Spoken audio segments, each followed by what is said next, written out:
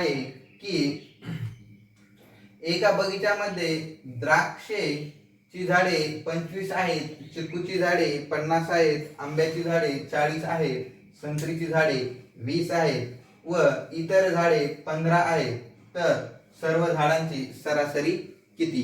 आता या ठिकाणी प्रश्न दिलेला आहे, झाडांची संख्या दिलेली आहे प्रश्नामध्ये. ओके, प्रश्नामध्ये काय दिलेली आहे? झाडांची संख्या. आणि झाड हे वेगवेगळ्या प्रकारचे आहेत, सर्वच एका प्रकारचे झाड दिलेले नाहीयेत. मग वेगवेगळ्या प्रकारची झाडं म्हणजे ते एकूण झाडाची संख्या झाली. ओके, एकूण झाडाची संख्या. प्रश्न ज्यावेळेस दिला त्यावेळेस आपल्या सूत्रामध्ये आपल्याला कोणकोणत्या कन्सेप्ट मिळतात त्या अगोदर बघणं खूप गरजेचे आहे. तुम्हाला या ठिकाणी 5वी बेसिक चालू आहे, म्हणजे तुम्हाला बेसिक फॉर्म्युले कसे यूज करायचे हे या ठिकाणी मी कन्सेप्ट क्लिअर करणार आहे.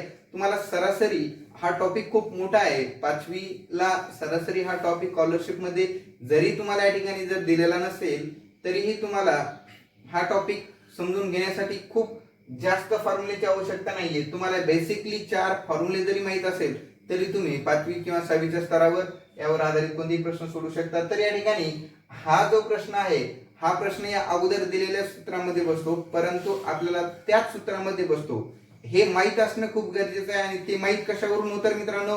ते दिलेल्या प्रश्नावरून होत असतं. ते कशावरून माहित होत असतं आपल्याला?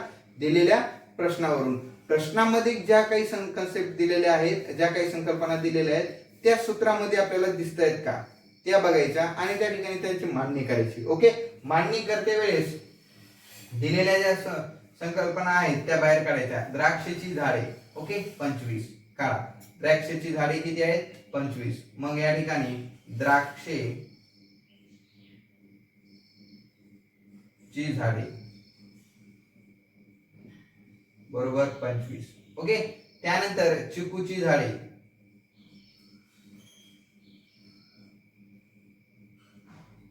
झाडे किती आहेत रे मित्रांनो? या ठिकाणी 50. ओके, त्यानंतर आंब्याची झाडे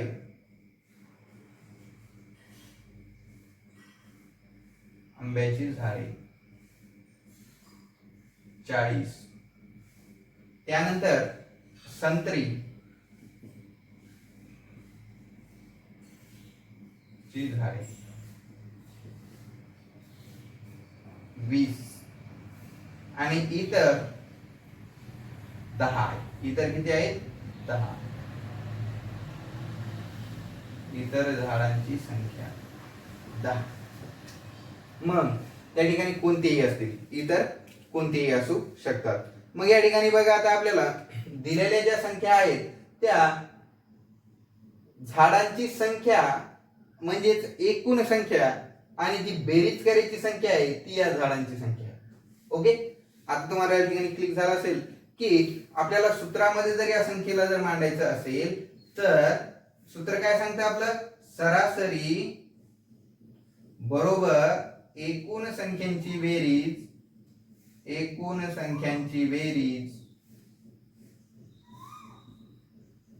भागिले एकूण संख्या. मग या ठिकाणी आपल्याला एकूण संख्या किती आहेत? 1 2 3 4 आणि 5. किती आहेत एकूण संख्या? 5. मग या ठिकाणी आपल्याला एकूण संख्या 5 असतील तर एकूण संख्यांची बेरीज म्हणजे या संख्या आहेत तर या संख्यांची बेरीज किती होईल? आता या ठिकाणी झाडे, आंब्याची झाडे, वृक्ष झाडे या ठिकाणी आपण काय करूया? तो एक प्रश्नाचा भाग म्हणून त्या ठिकाणी ठेवूया. आपल्याला सूत्रामध्ये काय पाहिजे? फक्त संख्या पाहिजे. त्या संख्या महत्वाच्या आहेत, त्या संख्या घेऊया. मग या ठिकाणी आता बरोबर काय येईल मित्रांनो? या ठिकाणी 25 एकूण संख्यांची बेरीज करायची असेल तर 25 अधिक 40 अधिक 50 अधिक 20 अधिक 10 भागिले एकूण संख्या 1 2 3 4 आणि 5 म्हणजेच एकूण किती वेगवेगळ्या प्रकारची झाडे आहेत ती संख्या. ओके 5. मग आता आपण त्या ठिकाणी त्यांची बेरीज आडव्या पद्धतीनेच करून घेऊया. ओके, म्हणजे त्या ठिकाणी 0 0 0 0 आणि 5 म्हणजेच एक अंकी संख्या दिलेली आहे ती डायरेक्टली एक चा वगैरे काही येणार नाहीये त्या ठिकाणी. त्यानंतर 1 आणि 2 3, 3 आणि 5 8, 8 आणि 4 12, 12 आणि 2 14. ओके, बेरीज करते वेळी चुकायचं नाही. 14. अशा पद्धतीत जर बेरीज करता येत नसेल तर फास्टली 25 40 50 उभ्या मांडणीची थोड्या थोड्या संख्या घेऊन बेरीज करून बघायची. 6 आणि 5 11, त्यानंतर 10 आणि 20 30, म्हणजेच या ठिकाणी 140, सॉरी या ठिकाणी 25 येणार 115, म्हणजेच 145 ही संख्या आपली व्हेरीफाय करून घ्यायची. ओके, कारण की ही संख्या जर आपली चुकली, ओके, तर याच्या पुढची जी काय पद्धत असेल ती आपली निश्चितच काय होणार, चुकणार. आणि जर उत्तर आपल्याला बरोबर पाहिजे असेल तर एकही चूक अपेक्षित नाहीये. मग या ठिकाणी 5 ने 5 ला भाग जातो, म्हणजे पूर्ण संख्येला 5 ने भाग जातो. ओके, म्हणजे या ठिकाणी टेस्ट ऑफ डिव्हिजिबिलिटीचा उपयोग सांगतो मी तुम्हाला. 5 ची टेस्ट ऑफ डिव्हिजिबिलिटी आहे की जर एकक स्थानी 5 असेल दिलेल्या संख्येला, ज्या संख्येला भागायचं त्या संख्येला, तर त्या पूर्ण संख्येला, मग ती संख्या कितीही अंकी असो, त्या संख्येला 5 ने पूर्ण भाग जात असतो. 5 1 5, 5 2 10, 5 3 15. आता या ठिकाणी 14 आहेत, म्हणजेच आपल्याला 15 या ठिकाणी पाड्यामध्ये येत आहेत, म्हणजेच 15 मोठे होत आहेत, म्हणून त्या अगोदर किती येतात, 5 2 10, म्हणजेच 2 चा भाग असतो. कितीचा, 2 चा. मग या ठिकाणी राहतात 4. 10 मधून सॉरी 14 मधून 10 गेले, किती राहतात, 4. हे 5 जशाला तसे. मग 5 च्या पाड्यामध्ये 45 येतात का ते बघायचं. 5 चा पाडा 45 पर्यंत किंवा त्यापेक्षा लहान संख्या असेल, त्यापेक्षा मोठी असेल, ती बघून घ्यायची, व्हेरीफाय करायची. 5 1 5, 5 2 10, 5 3 15, 5 4 20, 5 5 25, 5 6 30, 5 7 35, 45 40, 5 9 45, म्हणजेच 5 9 45, म्हणजेच 9 चा भाग पूर्ण बसतो. 5 1 5, 5 9 45, म्हणजेच 5 9 45. या ठिकाणी 2 9 ह्या भागाकारात ज्या दोन संख्या आलेल्या आहेत त्यांनाच आपण 29 असंही म्हणू शकतो. म्हणजेच आपली जी दिलेली झाडांची संख्या आहे ती सरासरी 29. प्रत्येक झाड हे सरासरी ऍव्हरेज नुसार 29 संख्या आहे त्या झाडाची, हे आपल्याला या ठिकाणी या सूत्रावरून फाइंड करता येतं. ओके, मग अशाच पद्धतीने आपण एक दुसरं एक्झाम्पल, आता या ठिकाणी मला वाटतं तुम्हाला प्रॅक्टिस करायला जरी एक्झाम्पल जर दिले मी, तरी त्यावर आधारित तुम्ही या सूत्रावर आधारित बरेचसे एक्झाम्पल सॉल्व्ह करू शकता. म्हणजे या व्यतिरिक्त पुन्हा तुम्हाला एक्झाम्पल द्यायची आवश्यकता नाहीये. मग या ठिकाणी फक्त एवढं लक्षात ठेवायचं की दिलेली संख्यांची बेरीज जी आहे, हा सूत्र, या सरासरीचं जे सूत्र आहे हे सूत्र विसरायचं नाही. या सूत्रावरच आधारित सर्व एक्झाम्पल तुम्हाला मी जवळपास पहिले 10 ते 15 एक्झाम्पल तुम्हाला सराव टेस्ट मध्ये देणार आहे. त्यामुळे तुम्ही हे बेरजेचं पहिलं सूत्र, सरासरीचं पहिलं सूत्र लक्षात ठेवायचं. सरासरी बरोबर एकूण संख्या ची बेरीज एकूण संख्याची बेरीज भागिले एकूण संख्या. ओके, माझ्या 5वीच्या विद्यार्थी मित्रांनो, हा फॉर्म्युला तुम्ही पाठांतरच करून ठेवा. तुम्हाला हा फॉर्म्युला पुढे 10वी पर्यंत कामी येणार आहे. ओके, मग पुढे 10वीला कामी येणार आहे म्हणून आतापासून पाठांतर करा, म्हणजे तुम्हाला 5वी पासूनही कामीला यायला लागेल. मग या ठिकाणी आता बघा, एकूण संख्यांची बेरीज म्हणजेच ही बेरीज ऑलरेडी दिलेली असते, म्हणजेच या ठिकाणी एकूण संख्या म्हणजे ते घटक किती आहेत. ओके, अशा पद्धतीने आपण सरासरीचा दुसरा फॉर्म्युला आता अभ्यासूया. ओके, आता या ठिकाणी दुसरा फॉर्म्युला असा आहे की सरासरी गुणिले एकूण संख्या बरोबर एकूण संख्यांची बेरीज. एकूण संख्यांची बेरीज.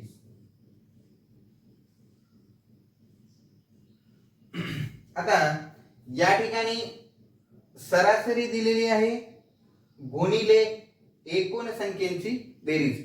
पहिला जो फॉर्म्युला होता त्याच्यात थोडासा ऑपोजिट व्यस्त करून दिलेला फॉर्म्युला आहे. ज्यावेळेस प्रश्नामध्ये तुम्हाला एकूण संख्येची बेरीज काढा असा प्रश्न विचारला जातो किंवा त्या ठिकाणी एकूण संख्या किती असतील त्यावेळेस आपण या फॉर्म्युलाचा उपयोग करतो. बघा या ठिकाणी आता ऍव्हरेज सरासरी या ठिकाणी दिलेला आहे. ऑल नंबर्स या ठिकाणी एकूण संख्या पण दिलेली आहे आणि सम ऑफ ऑल नंबर्स म्हणजे त्या संख्यांची सगळ्यांची बेरीज पण या ठिकाणी आपल्याला दिलेली असेल. तर या फॉर्म्युलाचा उपयोग करून आपण दिलेल्या प्रश्नाचं उत्तर सॉल्व्ह करू शकतो. बघा या ठिकाणी आता प्रश्न असा आहे की 7 संख्यांची सरासरी 16 आहे. तर त्या संख्यांची दिसत नसेल तर ते संख्यांची बेरीज किती, बेरीज किती. ओके. मग अशा प्रकारचा जर प्रश्न जर दिलेला असेल तर आपल्याला या ठिकाणी प्रश्न 7 संख्यांची सरासरी दिलेली आहे 16 म्हणजेच एकूण संख्या पण दिलेल्या आहेत. ओके. एकूण संख्याही दिलेल्या आहेत आणि सरासरी 16 आहे म्हणजे त्या ठिकाणी सरासरी दिलेली आहे. ओके. मग पहिल्या प्रश्नापेक्षा हा प्रश्न थोडासा वेगळा आहे. ओके. म्हणजेच आपल्याला पहिला फॉर्म्युलाही वेगळा होता आणि आता या ठिकाणी फॉर्म्युलाही थोडासा वेगळा करून दिलेला आहे. या ठिकाणी सरासरी दिलेली आहे. या अगोदर आपण सरासरी फाइंड करत होतो. ओके. या ठिकाणी त्या संख्यांची बेरीज किती, बेरीज दिलेली करायची असते आपल्याला दिलेल्या संख्यांची, त्या ठिकाणी ऑलरेडी करून दिलेली आहे. आपल्याला ऑलरेडी या ठिकाणी बेरीज करायची आहे. मग आता या ठिकाणी संख्येची बेरीज किती म्हणल्यावर बरेचसे विद्यार्थी काय करतात, 7 संख्या कोणत्या, मग त्या 7 संख्येची बेरीज कशी करायची. सर आम्हाला या अगोदर तर तुम्ही बेरीज करण्यासाठी संख्या दिल्या होत्या, आम्ही त्यांची उभी मांडणी आणि आडवी मांडणी करून बेरीजही केली होती, मग आता बेरीज करायची कशी. ओके. तुम्ही जर संख्याच दिलेल्या नसताल तर आम्ही बेरीज करावं कशी. तर 7 संख्या सांगितल्या, काय सांगितल्या, 7 संख्या आहेत. पण त्या संख्या अनंतपर्यंत संख्या आहेत, त्यापैकी 7 कोणत्या उचलायच्या. जे माझे 7 आवडीचे नंबर आहेत ते घेऊ का, असा प्रश्न तुम्हाला निश्चित पडलाच असेल. ओके. परंतु असा प्रश्न जर तुम्हाला पडला असेल तर त्याचं उत्तर या ठिकाणी आहे की जर तुम्हाला डायरेक्टली संख्या दिलेल्या असतील आणि सरासरी दिलेली असेल, ओके, तर त्यांची बेरीज हा त्या दोन संख्यांचा गुणाकार असतो. ओके. दिलेल्या संख्यांची व दिलेल्या सरासरीचा गुणाकार जो असतो ना तो त्या पूर्ण संख्येची बेरीज करून दिलेला असतो. ओके. तर मग तो कसा बघूया आपण. ओके. बघा या ठिकाणी सरासरी दिलेली आहे आपल्याला 16. ओके. म्हणजेच या ठिकाणी सरासरी बरोबर 16.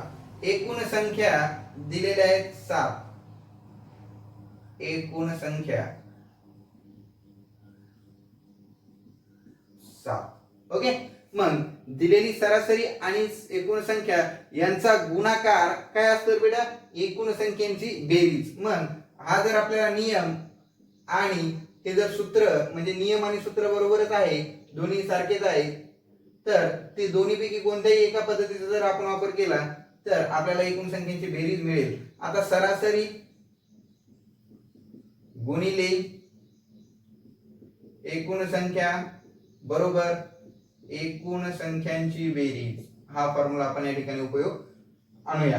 ओके. सरासरी किती दिलेली आहे 16 गुणिले एकूण संख्या 7, मग या ठिकाणी x. आता या ठिकाणी आपल्याला 7 ने 16 ला गुणायचं आहे. ओके. किंवा 16 ने 7 ला, कोणतीही क्रिया करा, 16 ने 7 ला गुणा किंवा 7 ने 16 ला गुणा, गुणाकारामध्ये बदल फरक नाही. ओके. गुणाकार सारखाच असतो. फक्त एवढा आहे की 7चा टेबल बऱ्याचशा विद्यार्थ्यांना पाठ असतो, त्या 16चा टेबल बऱ्याचशा विद्यार्थ्यांना पाठ नसतो. ओके. म्हणजेच आपण या ठिकाणी 7 ने 16 ला गुणलं तर आपल्याला सोपं जाईल. मग 7चा पाढा अगोदर 6 पर्यंत म्हणायचा, मग 6चा 7 पर्यंत जर म्हटलं तर किती येईल बेटा, 7 1 7, 7 दोन्ही 14, 7 त्रिक 21, 7 चौक 28, 7 35, 7 सकून 42.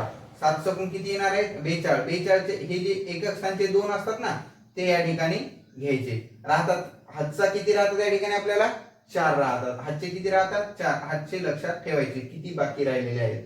7 1 7 म्हणजे 7च. ओके 7चा पाडा 1 पर्यंत म्हणायचा म्हणजे 7 1 7. आणि हातचे जेवढे राहिले होते ते आपल्याला ऍड करायचे विसरायचं नाहीये. 7 आणि 4 किती होते बेटा 11. 7 आणि 4 किती होते 11. म्हणजेच आपली x बरोबर किती येणार आहे 112. म्हणजेच एकूण संख्यांची बेरीज त्या 112 एवढी येणार आहे. ओके बघा या ठिकाणी पुन्हा एकदा सरासरी गुणिले एकूण संख्या बरोबर संख्यांची बेरीज हा वरी दिलेला आहे. सरासरी गुणिले एकूण संख्या बरोबर संख्यांची बेरीज किंवा सरासरी व एकूण संख्यांचा गुणाकार ही संख्यांची बेरीज असते. ओके जे नियम पाठांतर करा किंवा सूत्र पाठांतर करा दोन्हीही तुमच्यासाठी उपयोगाचा आहे. ओके यासारखा प्रश्न पाहूया आपण आता. यासारखे कितीही प्रश्न आता यावर आधारित तुम्हाला सोडवता आले पाहिजे. बघा या ठिकाणी प्रश्न आहे 16 संख्यांची सरासरी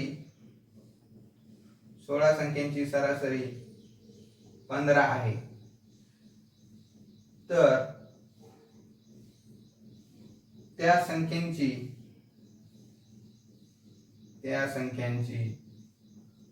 बेरीज किती. कधी कधी ते डायरेक्ट त्या ठिकाणी त्याच्याऐवजी 16 लिहू शकतात. ओके 16 संख्यांची बेरीज किती. मग त्यावेळेस तुम्ही घाबरून जायचं नाही. प्रश्नामध्ये दोन्ही ठिकाणी 16 आलेले आहेत म्हणून 16 दोन्ही 32 घ्यायचे नाहीत किंवा 2 वेळा 16 घेऊन त्या ठिकाणी त्यांची समीकरणामध्ये त्याला मांडण्याची चूक करायची नाहीये. त्याच संख्या म्हणजे ज्या 16 आहेत ना त्याच 16 रिपीट त्यांनी फक्त प्रश्नामध्ये मांडल्या जाऊ शकतात. परंतु आपल्याला ते काउंटिंग मध्ये रिपीट दिलेली संख्या घ्यायची नाही. ओके बघा म्हणजे या ठिकाणी आता 16 संख्येची सरासरी 15 आहे. तर घ्या सूत्रानुसार सरासरी घ्या अगोदर. सरासरी बरोबर 15 एकूण संख्या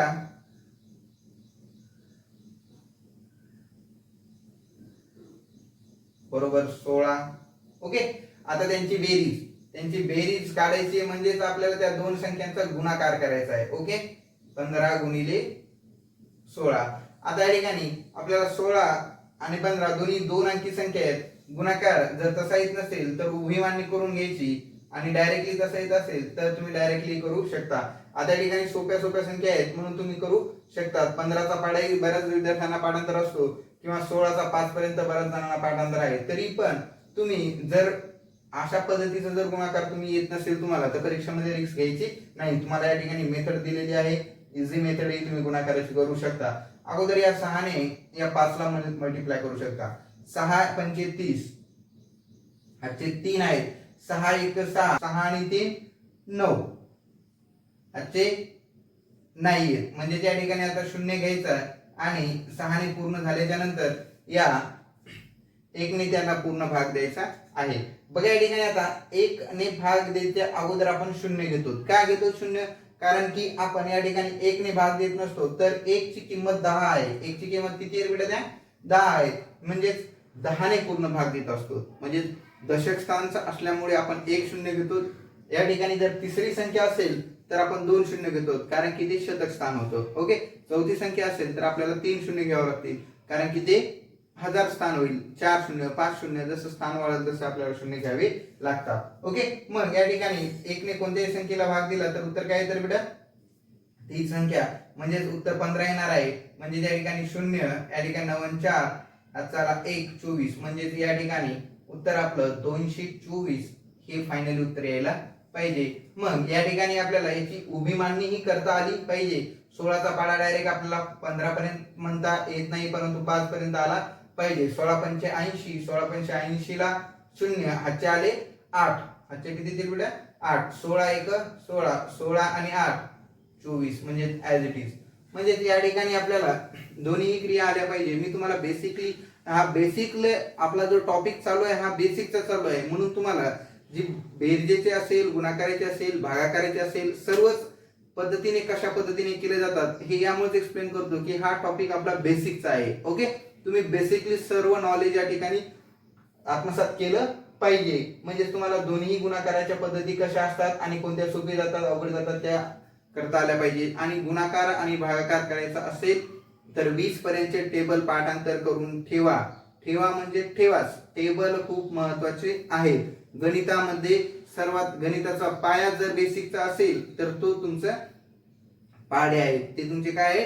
पाढे. तुमची पाढे विचार करण्याची किंवा पाढे म्हणण्यापेक्षा पाढे पाठांतर करण्याची किती क्षमता आहे त्यावर तुमचं गणित पक्क किती आहे हे ठरवलं जातं लहानपणी. ओके, मग आता या ठिकाणी बघा, हा प्रश्न आपण या ठिकाणी फक्त 2 संख्या जर चेंज केल्या तर असे हजारो प्रश्न आपण तयार करू शकतो. ओके, 2 संख्या फक्त चेंज करायच्या या ठिकाणी किती, या ठिकाणी सरासरी जर आपण 15 घेतली आणि या ठिकाणी 8 घेतली तर पुन्हा या ठिकाणी आपल्याला फक्त गुणाकार करायचा आहे.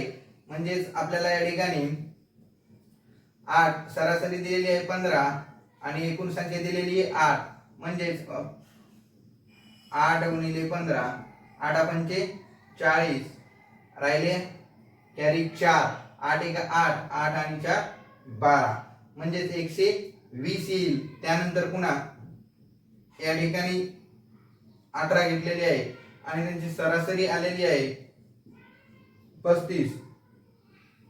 मग या ठिकाणी आपण फक्त संख्या चेंज करायच्या. सरासरी दिलेली आहे 35 आणि एकूण संख्या आहे 18, मग त्यांचा गुणाकार करायचा. ओके, मग गुणाकार उभ्या पद्धतीने करा किंवा आडव्या पद्धतीने करा, गुणाकाराचं उत्तर काय येणार आहे? सारखंच येणार आहे. मग या ठिकाणी मोठी संख्या असेल तर माझ्या मते तुम्ही उभी मांडणी केली पाहिजे, जेणेकरून आपल्याला कोणत्याही प्रकारची रिस्क न घेता गुणाकार आपला कसा आला पाहिजे? बरोबर आला पाहिजे. म्हणजे तुम्ही प्रॅक्टिस जर केली परीक्षेमध्ये, म्हणतो मी उभीच मांडणी करत जा. प्रॅक्टिस करते वेळेस तुम्ही आडव्या मांडणीची जर चांगल्या प्रकारे प्रॅक्टिस केली तर तुम्हाला सांगायची गरज पडणार नाही त्या ठिकाणी कोणती पद्धत यूज कराल. बघा या ठिकाणी 8 चा पाढा 5 पर्यंत म्हणायचा, म्हणजेच 8 पंचे 40, 8 आले 4, 8 त्रिक 24, 24 आणि 4 किती होतात बेटा? 28. 24 आणि 4 28. या ठिकाणी आता 1 ने आपल्याला भाग द्यायचा आहे, म्हणजे त्या ठिकाणी काय करावं लागेल? सॉरी, 1 ने गुणायचं आहे म्हणजे 1 शून्य द्यावा लागेल, कारण की या ठिकाणचं दशक स्थान. ओके, मग 1 ने कोणत्याही संख्येला गुणलं तर उत्तर काय येत असतं? तीच संख्या. मग या दोन संख्यांची बेरीज करून घ्यायची. 8 आणि 5 13, चला 1, 3 आणि 3 6, कॅरी विथ. ओके, म्हणजेच कॅरी ऍड करून वरी 2 आणि 1 3, 3 आणि 3 6. अशा पद्धतीने आपण या सूत्रावर आधारित कितीही एक्झाम्पल सॉल्व्ह करू शकतो. तुम्हाला वाटेल तेवढे एक्झाम्पल तुम्ही या सूत्रावर सॉल्व्ह करू शकता. मग या सूत्रानुसार तुम्ही एकूण संख्यांची बेरीजही फाइंड करू शकत आहात. ओके, म्हणजे सरासरीच्या 2 कन्सेप्ट तुमच्या क्लिअर झाल्या असतील तर मी तिसऱ्या नियमाकडे जातो. तुमचा तिसरा नियम असा आहे, सरासरी